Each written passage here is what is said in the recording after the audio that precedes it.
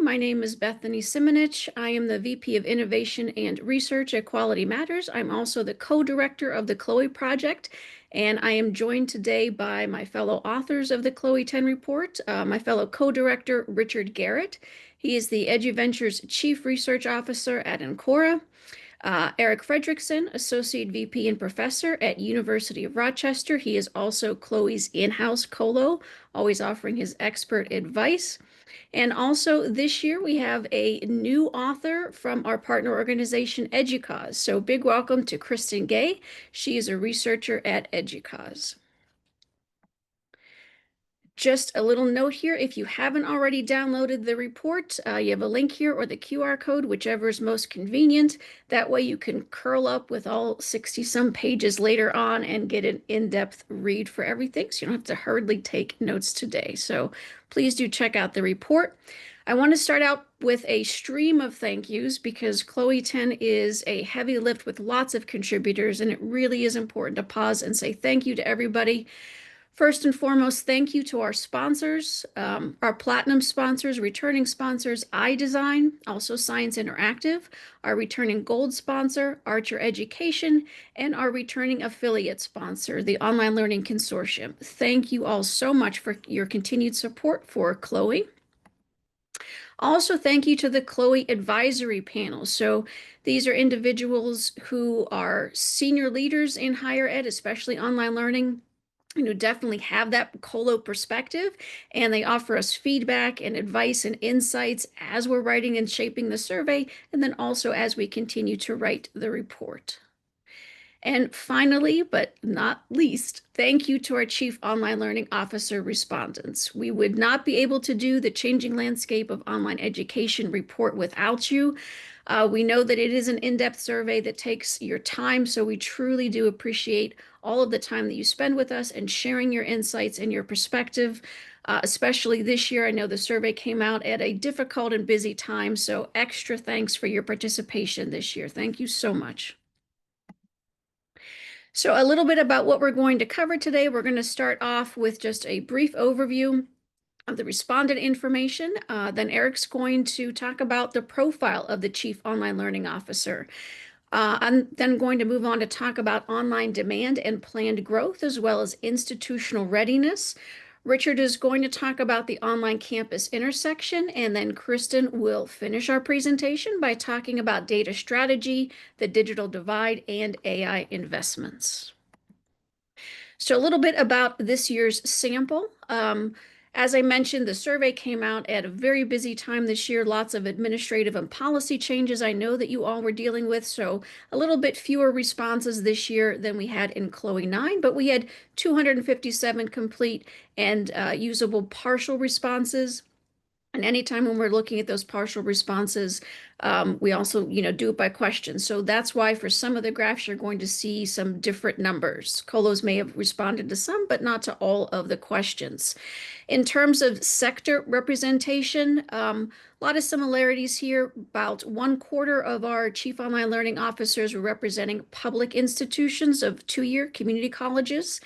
46% represented public four-year institutions, which was a little bit higher than our sample from last year. 29% of you represented private four-year institutions, which was slightly lower than last year. And traditionally, we get a very small representation from our for-profit institutions. So that was similar again this year. 1% represented the for-profit sector. In terms of online enrollment, and keep in mind that this is not overall enrollment, this is specific to online enrollment. So very similar numbers from last year. 12% of you represented schools that had a relatively small online enrollment, less than 1,000 students. About half of you represented schools that were mid-size, 1,000 to 7,500 online students. And about 40% of our sample this year represented a large online enrollment. So that is 7,500 students or greater. If you would like to do a deeper dive into the respondents from this year's sample, that begins on page 52 of this year's report. So feel free to download that and do a deep dive there. All right, so we're going to start off with Eric, who's going to talk a little bit about the profile of the Chief Online Learning Officer. All right. Thanks, Bethany. I'd start by saying that all of us at Chloe have wanted to explore colo profiles in much greater depth. But the challenge with our Chloe survey is not a lack of questions. We always have far more than we have really room for, and so it's been a challenge. So our solution to this was to collect this kind of data in a special off-cycle survey of colos, and we did this in late summer 2024. Turned out to be great because it allowed us to facilitate this opportunity with our good friend and colleague Julia Reynes at UPSEA. There's a special spotlight on in Chloe 10 for this, and there's also going to be a comprehensive research journal article that will be published in OLJ, the online learning journal, in early September. For all of you that want to see all the details in it. So we started with, go to the next slide. We started with asking about institutional context, and we wanted to begin with, the reporting relationships. And so we found here that the majority of colos report to the provost and other senior academic leaders. And we also asked if online learning efforts and initiatives have been a catalyst for organizational changes. And again, the majority said yes. And those things are consistent with prior studies.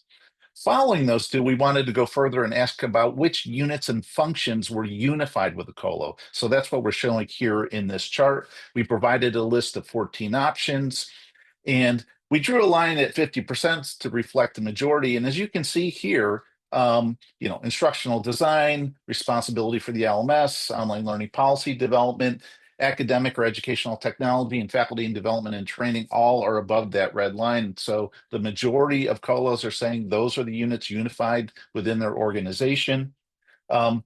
Those are also consistent responses with prior studies, with the exception of course design and multimedia fell a little bit below. It had been above that in the past. And it's also important to note that this is consistent across sectors. So our 2-year public, our 4-year public, and our 4-year privates are all saying basically the same thing on this front. To give you a sense of the other units that fell under 50%, that would be the Center for Teaching and Learning, faculty IT support, library support for faculty, marketing, student services, advisement, and educational research were under 50%. Okay, let's go to the next slide.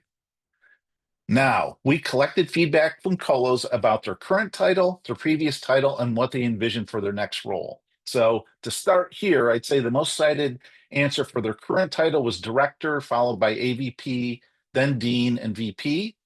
And the most cited response for prior position was actually director, followed by faculty and some type of instructional design role. Now, here's where I think this slide is interesting, which was the response to the next role. Number one answer was VP, but take a look at the number two answer here in this kind of orangish goldenrod kind of color. The number two answer was retirement, and then you can see followed by dean and AVP. You also see the color purple here, and that is, this is happy. And this is our coding for all the comments from colos who expressed their satisfaction and gratitude for what they were currently doing. So they were in some sense happy to continue. I would also want to note the response, I think I would call this lavender, the color at the bottom. It's new institution, and that's how we coded that. And this represents colos who hope to leave their current college or university to go to another. Now, if you consider maybe the second choice, the number two answer of retirement, along with the new institution, you have almost 1 in 5 colos who might not be in that role in the near future. So this may be an important message for executives at the institution and might be suggesting that they might want to consider retention or recruitment or internal development and maybe succession strategies. Okay, next slide. We asked about, other kinds of experiences, and what we have here is that if you think about the importance of relatable experience and the value of peer relationships, we asked whether the colo also held a faculty appointment. More than 40% of colos said yes, and 59% said no. We investigated this item by institutional sector, and we did see some differences that were statistically significant. Private 4-year colos were much more likely to hold a faculty appointment than their public 4-year and public 2-year peers. We also believe that direct firsthand experience as an online student can be tremendously valuable. The vast majority of colos, 79%, have been online students, and 1 out of 3 have actually earned a complete online degree. When we analyzed this by institutional sector, we did see public 2-year colos were just slightly more likely to have experience as an online student at 85% compared to their 4-year counterparts at 76%. So just a little bit more. Next slide. We were interested in academic preparation and background, so we asked about the academic credentials. Most colos have a doctoral degree. If you're kind enough to allow me to combine the PhDs and EDDs. Our colleague Richard pointed out, and when we took a look at this data, that virtually all, 99%, have some type of graduate degree. And this result was consistent with prior studies. On the right-hand side, the question about academic credentials, it was followed by a query about the fields of those degrees. This was a check all that apply question, but by far the most cited discipline was education, with 60% of colos noting that. And again, this result was consistent with prior studies too. All right, I have one more slide for you. We also, took a look at other kinds of experience, professional experience by the colos. And we found in prior studies, we found that colos have a rich blend of a variety of professional experiences. We believe this is really valuable in their ability to collaborate, work with various constituent groups around the campus. So we investigated this again.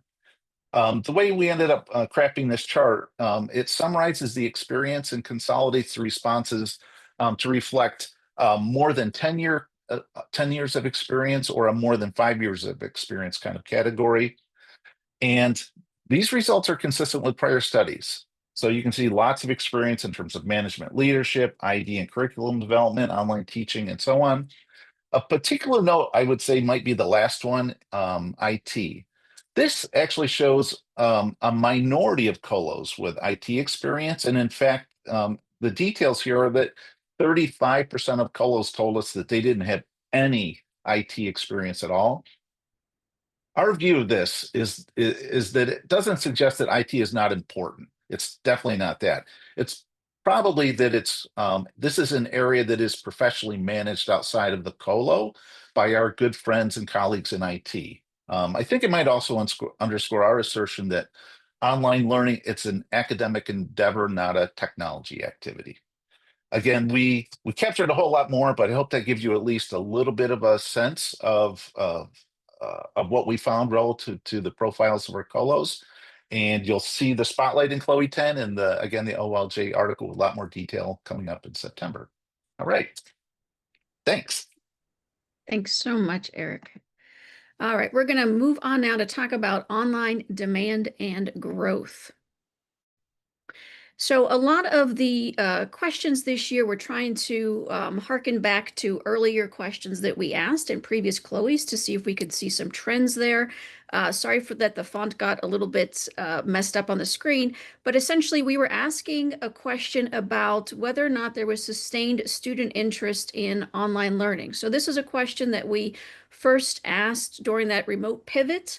And we asked colos back in 2022 and said, compared to 2021, are you seeing an increased interest from your students for online learning options? And we asked it across 3 different student groups: traditional age undergraduates, adult undergraduates, and then graduate students. So we asked the same this year, and we said, compared to 2023, so that you would have that full picture of student interest, are you seeing sustained interest? So you can see there that not only are we seeing sustained student interest, but especially for adult undergraduates and graduate students, that interest is even continuing to grow. So these are for our colos that responded some or much increased interest across those groups. So in order to really try to respond to that student demand, a lot of institutions are saying that they are projecting pretty substantial growth in their online program portfolios within the next 3 years. So we asked colos trying to predict 3 years out, are you looking to grow online programs? You can see there in that first bar, that is the overall sample, and a pretty substantial majority said that yes, we projected to grow our online program portfolio. Most institutions trying to stay to that 1 to 4 programs, but you can see that other expansion is planned. Very few institutions said no growth projected for online programs. So 11% said stability is what we predict. Only 1% said we're actually planning for a decrease. When you look at the sector breakdown, though, you can see that there's some interesting patterns. Our public four-year institutions obviously projecting a lot more growth than other institutions in different sectors. 17% of our colos from public four-year institutions are projecting 10 or more online programs in the next 3 years. Private 4 years closely following, although a high majority there's projecting smaller growth. 59% said 1 to 4 programs. And then the smallest sector in terms of growth, but we're going to have a follow-up to this in just a minute, are our community colleges. So about half are projecting that small growth in 1 to 4 programs. So, like I said, a lot of institutions are trying to respond to this sustained increased demand. In terms of online programs, we asked a question that we repeated from Chloe 2. So back in Chloe 2, which was a long time ago, it was around 2016, 2017, we asked about the top drivers for program expansion. And at that time, 81% of our colos said to increase online enrollment. Only about half, 54%, said as a response to student demand. When we repeated the question again this year, look at the climbing number for responding to student demand. So increasing online enrollment still remains the top driver.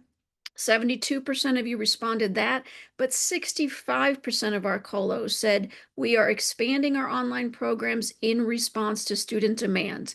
A little bit of an increase we see in responding to industry demand.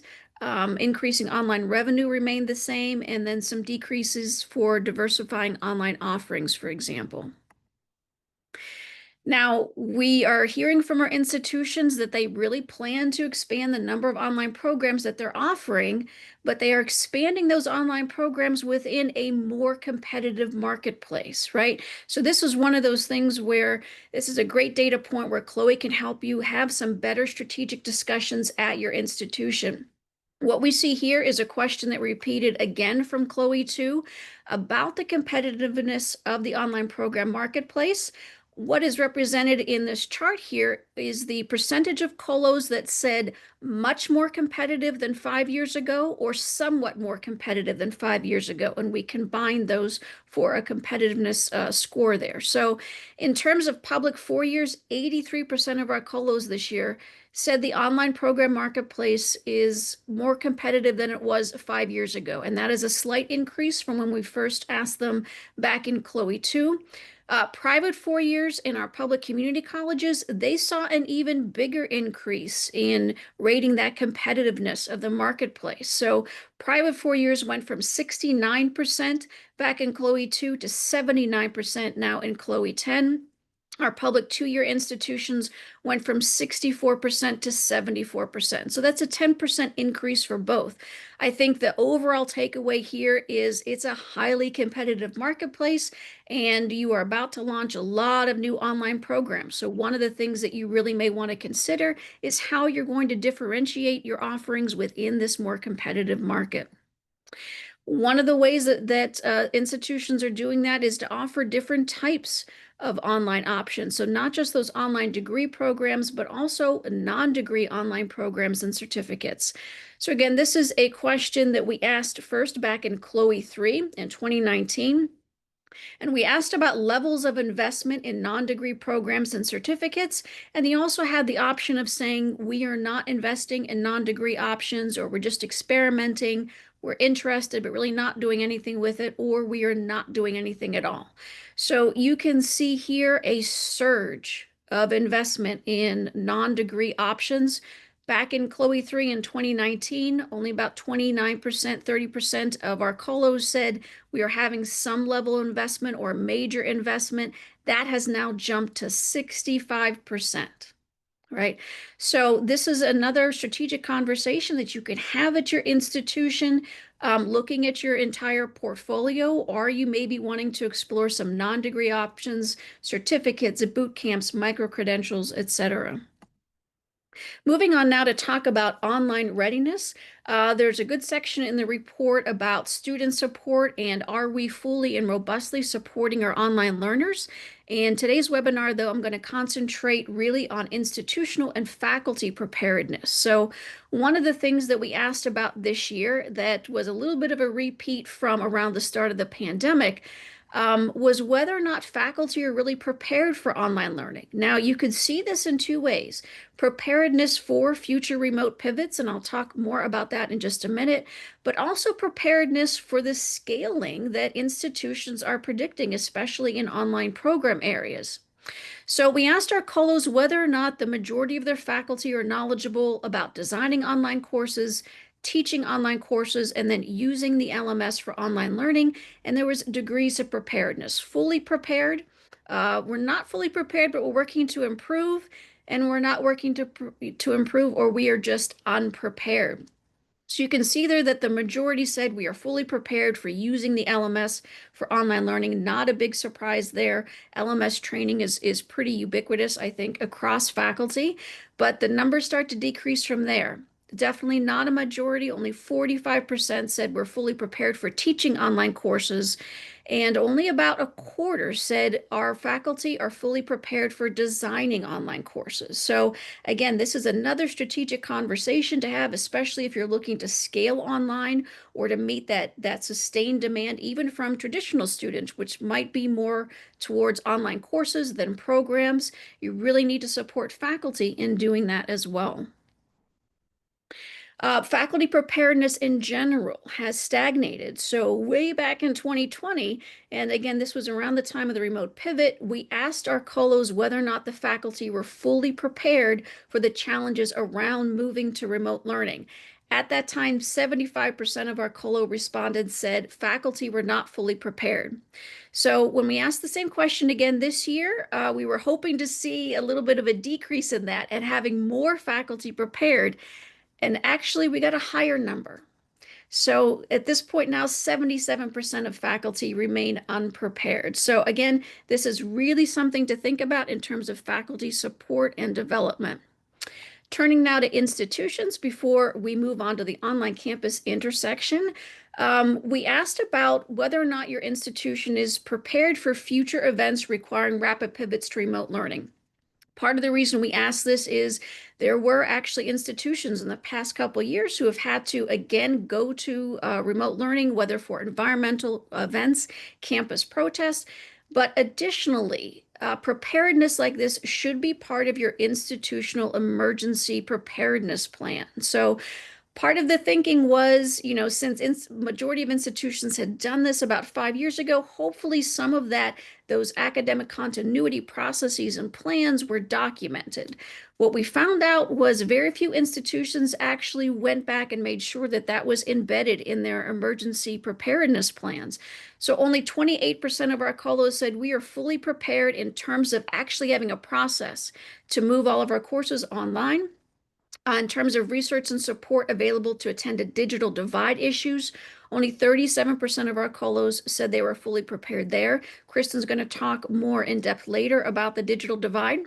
41% of you said that there's appropriate staffing to deal with the migration of those courses.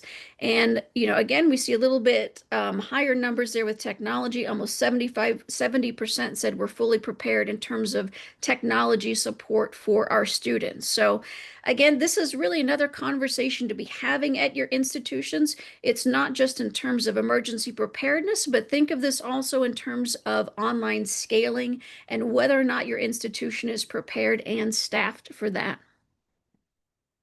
I'm now going to turn it over to Richard, and he's going to talk about the online campus intersection. Thank you, Bethany. So our focus in this section was to pan back from online courses and online programs and think about the institution as a whole and get the colos read on a number of questions. And the first theme we focused on, and that I'm going to focus on here, is we tried to get a feel for how the colo would describe the typical student experience for, again, those same three types of student: the traditional age undergrad, the adult undergrad, and the grad student. I'm going to start there in a second. And then I'm also going to look at the question of online program revenue distribution within the institution. Where is it going to first off? And then get the colos take on the relative optimization of those arrangements. What goals does it fulfill? What goals does it inhibit? Where might we be trending? So let's go to the next slide. So what we did here was come up with a list of 20 student experience features or dimensions that were common across the three types of students. Here on this slide, we're looking at traditional age undergrads. And we asked the colos to offer their perspective on 2 points in time. First, to pick the 5 keywords that they felt best described the current student experience of this type at their institution. And then we asked them to pick the 5 keywords they felt was going to describe the typical student experience of that type at their institution in 5 years' time, so by 2030. So what we're trying to do is balance all the qualitative richness that we know is behind these keywords with something we can quantify. So that's why we gave a standard list rather than let colos pick any word they like and try and piece it together. So we know there's limitations here, but we're trying to balance clarity and richness. So this is ordered from highest to lowest ratio for current traditional age undergraduates across this range of institutions. In the full report, we break it down by size, we break it down by institutional type, but for simplicity's sake, this is the overall average. So you can see the top 5 keywords here is an intriguing and I think intuitive mix of traditional physical bricks and mortar features like physical classroom, full-time faculty perhaps, residential, but also in that top 5 are some online or online/campus interaction features. So a mix of online and campus courses or experiences and digital course materials. Now, what's interesting is that only 2 of these keywords commanded a majority. So there's a variety of student experiences here, not surprisingly, given the range of institutions that respond to Chloe. Then you can see at the other end of the spectrum, a number of things that are very much in the news, hyped up, talked about, either now or in recent years, achieved rather low ratios. So you think things like simulations or immersive experiences or competency-based learning, self-paced, adaptive learning, AI tutoring, AI support services. For the typical colo, for this type of student, very rare for them to say, this is a mainstream characteristic feature. But then if we go forward in time 5 years, colos trying to predict the future at their institution, you see some interesting changes. So physical classroom dropped by 36 percentage points. Lecture drops by 25 percentage points. Full-time faculty drops by 21 percentage points. And which were the main gains? Not surprisingly, AI support services, prediction to go from 1% to 40% of colos anticipating that this will be a mainstream feature of the traditional age undergraduate student experience at their school. Similarly, AI tutoring jumping from 2% up to 31%. And then adaptive learning, been around a little longer, so maybe relatively less enthusiasm or institutions with a little bit more experience, still jumping 18 percentage points. So evidence of continuity as well as predicted significant change. If we go to the next slide, we ask the same set of questions to colos about their adult undergraduate population. And you see a rather different top 5. Online asynchronous is the highest, and 62% of colos said that was a mainstream feature for this type of student. Digital course materials ranked second. Mix of online and campus ranked third. Physical classroom still there in the top 5, but moving from number 1 for traditional age undergrads down to number 4. And then full-time faculty also in the top 5. So a reminder that at most institutions, adult learners are part of an otherwise comprehensive institution with a variety of student types. And while online has become the dominant mode of delivery at most schools for this audience, there's still a significant hybrid experience, or some programs, some courses, even for this busy working adult learner, still campus-centric and involving full-time faculty. Otherwise, on the right-hand side of the chart, you see that same pattern of things that are talked about a lot and often with adult learners in mind. Very low ratios in terms of colos raising their hand and saying that any of these things are truly fundamental to the adult learner experience today. But if we fast forward 5 years, you see that same sense of AI is really moving from the periphery to the mainstream, and some of those legacy features of a bricks and mortar experience, lectures down 23 percentage points, physical classroom down 17 percentage points. Interestingly, mix of online and campus also falling, which probably suggests stronger focus on online. And then AI, both support services and tutoring and adaptive learning, the same 3 biggest movers we saw for traditional age undergrads, also anticipated to become increasingly mainstream for the adult undergrad. And then let's look at the same chart for specifically master students. We decided not to just talk about grad students in general, because a doctoral student experience might be very different than a master student experience. So we focused on masters. So if we focus on current, online asynchronous is also top. Full-time faculty, mix of online and campus, digital course materials, and then online synchronous makes a top 5 appearance for the first time. And if we go to the other end of the chart, we do see a jump for AI tutoring, adaptive learning, and support services, but it's much more modest. This is a much more measured response, I think, from colos, primarily because the master's degree, I would argue, is the most developed at the program level online, and master students are pretty sophisticated customers. They've done well at undergraduate level, and they aren't necessarily seen as perhaps the best fit for automated services, even if perhaps they might be best able to handle that way of interacting with content or with tutoring as part of a broader student experience. So the full report has a lot more analysis and segmentation around these things.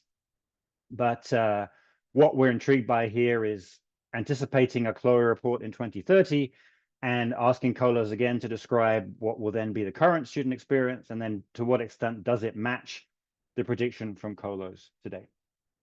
So let's go on to the next slide.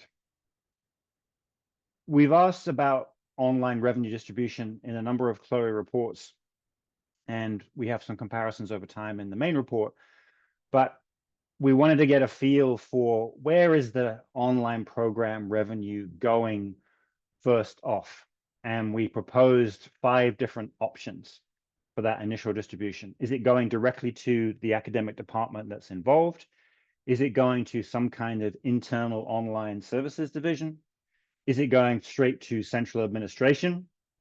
Is it going to a third-party entity, an online program management firm, a marketing company or some such, or an open-ended other category? And this chart is ordered from the highest ratio of colos saying it's going to the academic department. And you can see on the left-hand side, we broke out a number of segments within the sample by sector and also by size of online course/program students.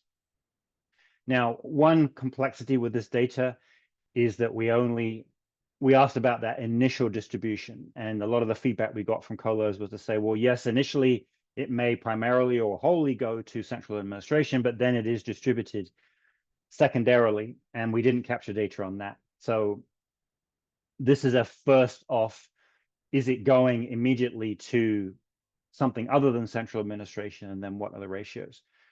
So the pattern is smaller institutions, private institutions tend to be more likely to send significant revenue to the academic department directly. That may reflect the fact that only some pockets of the institution are offering online programs.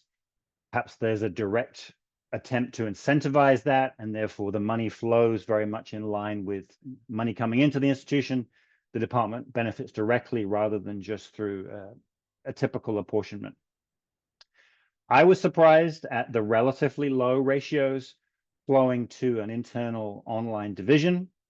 That may reflect the relative pecking order of where that entity falls, or it may span, online services may span a variety of divisions, and therefore there isn't a single division to apportion the money to centrally. The largest ratios were typically the money is flowing to central administration, but then there's typically some distribution from there.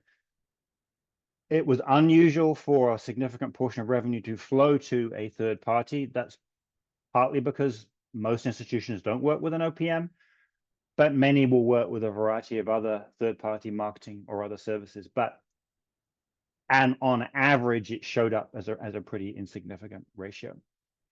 Now, if we go to the last slide in my section, we were trying to get a feel from colos as to their relative satisfaction with the current online program revenue distribution model at their institution. So we asked them their relative agreement with a couple of goals. So on the left-hand side, we said, to what extent do you agree that the current online program revenue distribution model at your school incentivizes academic departments to boost online enrollment and revenue?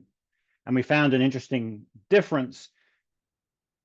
Colos that said 90% or more of their online program revenue flowed directly to academic departments. About 2/3 said, yes, we feel that arrangement really does incentivize those departments to take online learning seriously and invest in additional provision, boost enrollment, etc. But those colos that said 90% of that revenue goes directly to central administration, only a quarter thought that model did a good job of incentivizing academic departments to get involved. And then on the right-hand side, we asked a different question. To what extent does the current revenue distribution model help fund valuable internal services for online students? And here the range was narrower, but essentially it was flipped, where more money flowed to central administration. Colos were more likely to say, yes, we think that then ends up funding valuable services for online students. Whereas those colos that said all the money flows to academic departments were much less likely to say that somehow then also funded central online learning services. But then the text box on the right, this question of, well, what is the right model? What is the right balance? We found this intriguing finding. Colos that said essentially there was a more balanced distribution between 30 and 60% of online program revenue flowed to both academic departments and central administration were the majority of colos who had that kind of model. A majority said both they felt the model incentivized academic departments and it also helped fund internal services. So our sense is that as online learning matures at a variety of institutions across the nation, we're probably going to move to more of this balanced model rather than everything goes to central administration because everything else does. And then quite what happens there is less clear or less motivated or directed or incentivized versus everything goes to departments because we're just trying to incentivize what they do. I would predict that we're going to move to more of a balanced model. And this take from colos suggests that may be the right balance. So that's the end of this section. And let me hand over to Kristen for our last section. Thank you, Richard. So yeah, I am excited to talk to you today about our findings related to data strategy, the digital divide, and AI. Next slide. Thank you. So the 2025 EDUCAUSE Top 10 identified the #1 issue as the data-empowered institution, which encompassed using data analytics and AI to boost student success, improve enrollment, grow research funding, and reduce inefficiencies. So we were curious about how this issue was playing out in online learning. And so for Chloe 10, we investigated Colo's perceptions of data strategy and privacy, focusing on institutional priorities and the effectiveness of current policies. So for the majority of respondents, nearly all colos strongly or somewhat agreed that data analytics is a priority for improving online learning. That was 93%. Colos also overwhelmingly agreed that data analytics is essential for decision-making around online learning. Also, for data literacy is critical for my work as a colo, 62% strongly agreed, but interestingly, only 39% strongly agreed that data literacy was critical for online learning faculty and staff, which we found interesting. And there is an area here I wanted to draw our attention to. About half, 52% of colos somewhat or strongly agreed that effective policies were in place to guide collection, storage, and use of online learning data. And 25% disagreed and 20% were neutral. So this might indicate some uncertainty or maybe inconsistency around institutional policy oversight and communication related to data governance. So we also asked about, sorry, let me get to the next slide. We also asked respondents about their agreement with several statements related to data privacy. So most colos view data privacy as critical to online learning strategy and procurement. So a large majority of colos agreed that data privacy is a strategic priority for improving their online learning programs. And most respondents agreed that data privacy is actively evaluated while procuring online learning tools, which highlights its importance for platform adoption and vendor selection. A majority also had confidence in institutional collaboration and the sufficiency of institutional policies. So 57% of colos strongly agreed that they could effectively partner with their institution's data privacy professionals to support online learning. And 53% strongly agreed that their institution's data privacy policies adequately protected online learners and their data. I will point out, though, there's broad agreement for that category, but it's slightly less strong than for some of the other categories around the adequacy of data privacy policies. Some sector differences emerged as well for data privacy. So colos at public institutions expressed higher confidence in their institution's policies when compared to colos at private four-year institutions. So these results may indicate that while data privacy is broadly prioritized, perceptions of the adequacy of these policies are somewhat sector dependent. And I will just say, I'm giving an overview here. All of the specifics about the breakdown by sector are, of course, in the full report. And that will apply to a few of these other findings as well. Okay, so moving to the digital divide. The majority of colos agree that the digital divide is an issue, though the degree of impact that they indicated varied. So only 5% of colos indicated that there was no digital divide at their institution. However, as you can see here, colos varied in terms of how significantly the digital divide affects online learners at their institution. About 2/3 of respondents said the digital divide impacts some online learners at their institution. Institution size and sector appeared to influence perceptions here of the divide scope. So for instance, institutions with larger online student populations were more likely to report that many students were affected by the digital divide. And at public two-year institutions, 38% of colos said the digital divide affects many students, which compares to just 11% at private four-year institutions and 19% at public four-year institutions. Notably, 0% of community college colos said the divide was non-existent. And so for some of these disparities, resource limitations, restricted state funding could help to explain that. All right. Colos also hold some differing views on responsibility for mitigating the effects of the digital divide. So a plurality, 39%, said they felt somewhat responsible, while 23% felt a little responsible and 20% a great deal. 13% said not at all. Some open-ended comments helped to add some context for these responses. So several respondents noted that other units like IT, student affairs, and financial aid typically lead these efforts at their institution. And others indicated that responding to the digital divide is really a shared institutional responsibility. In terms of key actions that institutions are taking to mitigate the digital divide's effects, there were a few frequently mentioned steps. Particularly, I'll highlight offering loaner laptops and other technologies and tools, access to on-campus and virtual computer labs, and grant funding. The focus here appears to be on expanding access to essential technologies and supporting digital skill development. But for some institutions, they acknowledge that their efforts are still inadequate. One colo commented, quote, "There is little movement at this time due to other institutional priorities and a lack of understanding that the digital divide does exist," end quote. And so some really promising actions being taken here, but still some differences in terms of who is responsible for addressing these challenges and making sure those actions are actually adequate to address the challenge.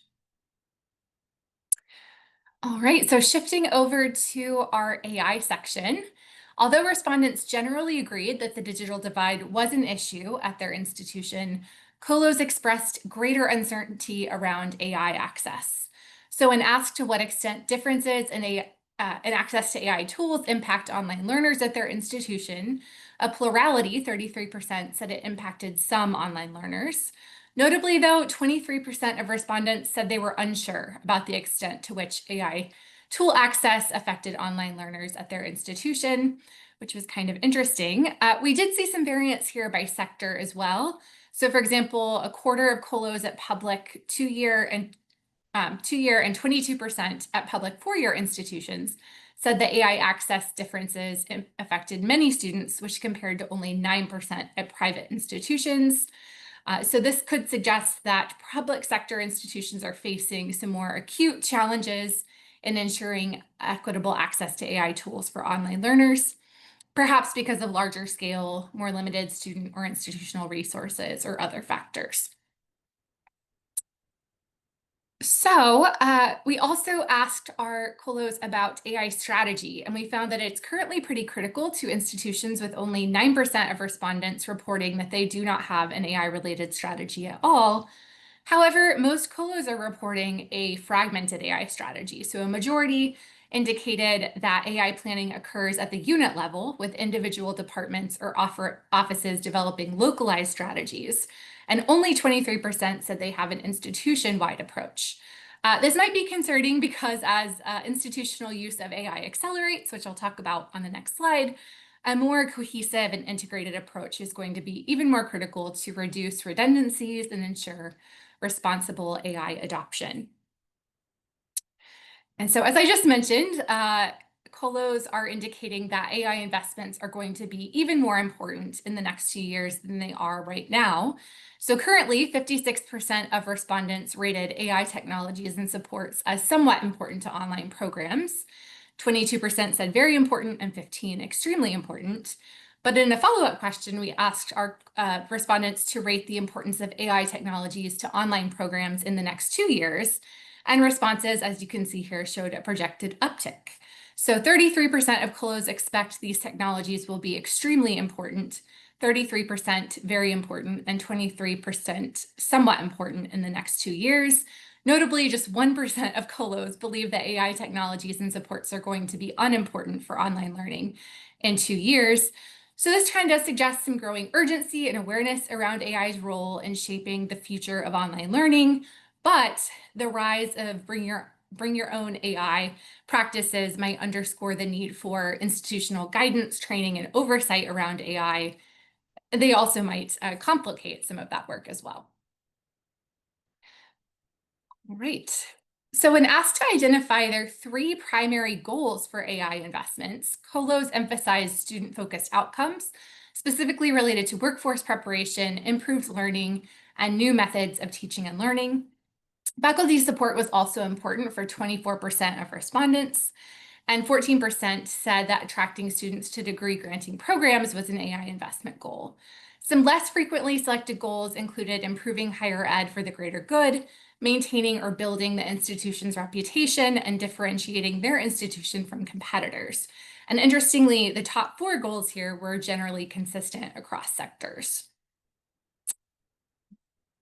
Right. And all respondents who said that their institution did invest in AI were asked about the functions for which their institution was using AI tools or capabilities.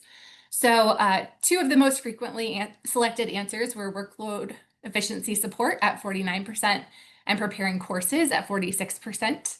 This indicates that institutions might be leveraging some of the affordances of AI to enhance instructional support and efficiencies, which is especially interesting given consistent concerns about excessive workloads for higher education professionals. Notably, 37% reported using AI for accessibility. So some institutions may be exploring AI's potential to support inclusive learning, design. However, few institutions are using AI for cybersecurity or data privacy functions, which kind of surprised me and might signal some possible gaps in AI application in these areas. All right.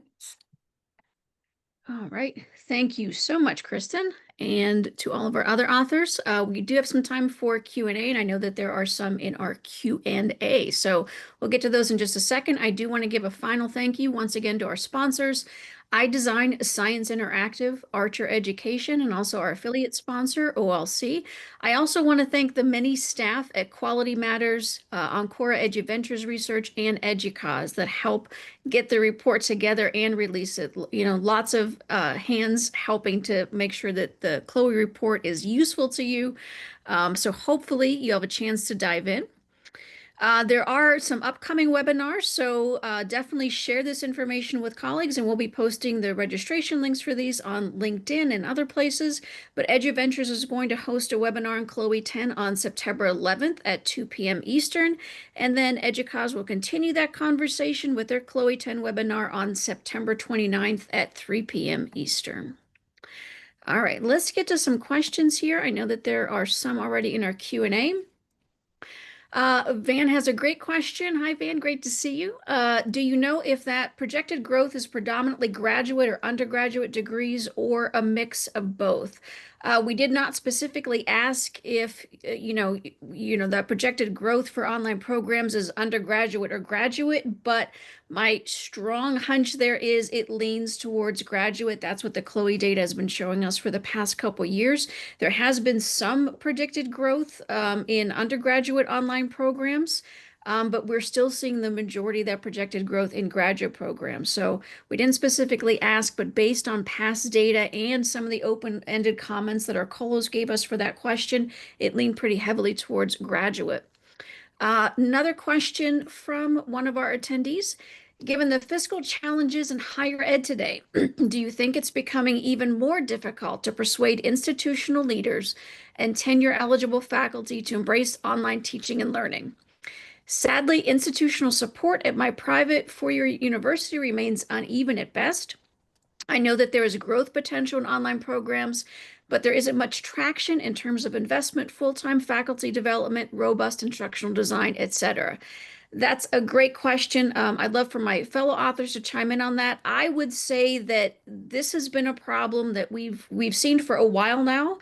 It's been improving a little bit, but we even had a discussion with our Chloe advisory panel about this. So in many ways, institutions are seeing that they want to pursue enrollments with, these online options and that students are demanding them. Even if students say I have a preference for on-ground in terms of actual enrollment, they are still choosing those online sections, potentially online programs. And yet, we are still, in many cases, missing that strategic, administrative-led conversation about scaling online at institutions and really the robust ways that you need to do that. Supporting faculty, making sure that you're staffed to scale, instructional designers you mentioned. One of the things that I know institutions struggle with is gaining buy-in for online. Part of it is really having the right conversations with the right groups in order to kind of build that momentum, bring folks, and decide also how this fits in with your institutional mission and strategy, especially in terms of supporting online learners. I don't know if anybody else wants to chime in on this question. Bethany, I would just add, First is I'm going to agree with you about the emphasis and importance of faculty development and support, regardless of the institution. The thing I might add to this, though, is that I'm also at a private four-year institution, and we're talking about this as if all of the activities at our institution are homogenous.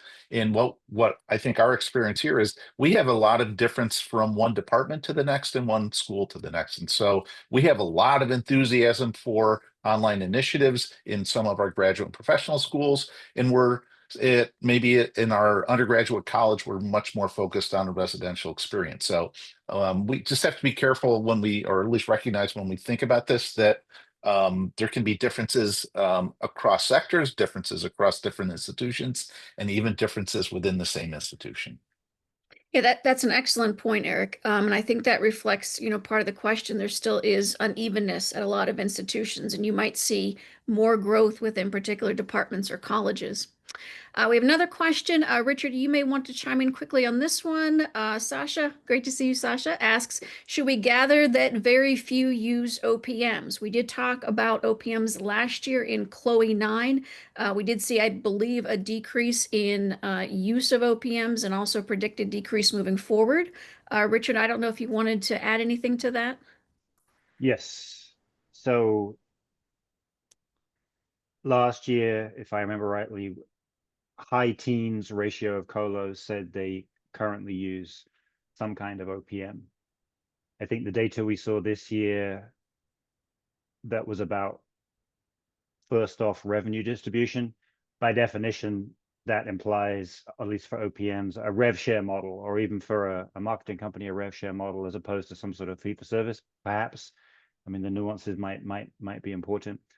So I think that's probably consistent with the lower ratio we saw for OPMs in this particular question, just because what we were asking about. But I think big picture, I think OPMs are past their peak, have become politicized.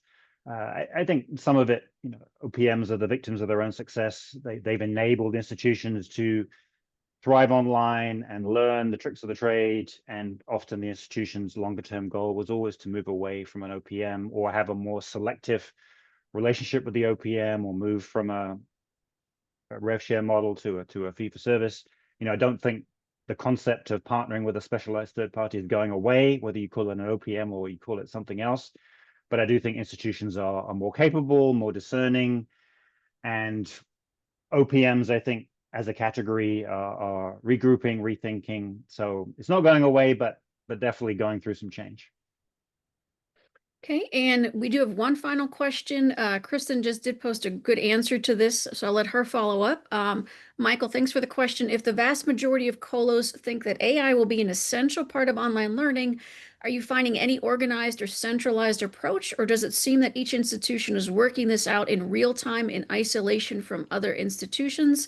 I will say that, both representing my organization, QM, and looking at the data, not just in the Chloe report, but other AI surveys coming out, I would definitely say it is the latter, not an organized, centralized approach, but really institutions finding their way individually. In some cases, maybe not finding their way at all. I don't think enough institutions are really thinking about this in terms of AI strategy, AI implementation and transformation, and the fact that this is something that touches technology as well as teaching and learning, as well as administrative or institutional aspects, especially in terms of increasing efficiency. So, Kristen, please do chime in. Yeah, absolutely. I was going to echo that. Like you said, across multiple studies and reports, I'm finding that there's not really a centralized approach in terms of collaborations across institutions, and also within an institution, there's not really a central strategy. It seems like a lot of programs are kind of putting together their own strategies as they go. But I did share, two of my really fabulous colleagues at EDUCAUSE created an AI readiness assessment framework. And this could be a good starting point if you're looking for a more collaborative type of process that was created in partnership with a few different institutions. Wonderful. Thank you so much. So to close out just a little bit, speaking about AI implementation, I do want to let you all know that QM does have really wonderful and robust consulting services that really are related to online strategy and to help with your institution moving things forward. And these are a lot of the topics that we talked about today, building campus momentum and buy-in. That came up in one of our questions. AI integration, especially for education, that came up as well. So please do check out our consulting offers there. And we also are unveiling readiness audits for online learning. So if you are looking to scale, not sure if you are best positioned to do that, please do reach out to us. And finally, I know that we have a lot of forward-looking future leaders here today in the audience. So for those of you that are in that position, maybe looking to be future online leader or future colo, QM now has a leadership boot camp it is flexible, which I love, according to busy schedules. It includes a workshop, a lab, and then also a capstone project. So please do check that out. I want to say thank you to everybody today for joining us. Thank you to my fellow Chloe officers and authors, and hope you have a great rest of your day. Please reach out if you have any follow-up questions about Chloe. Thank you.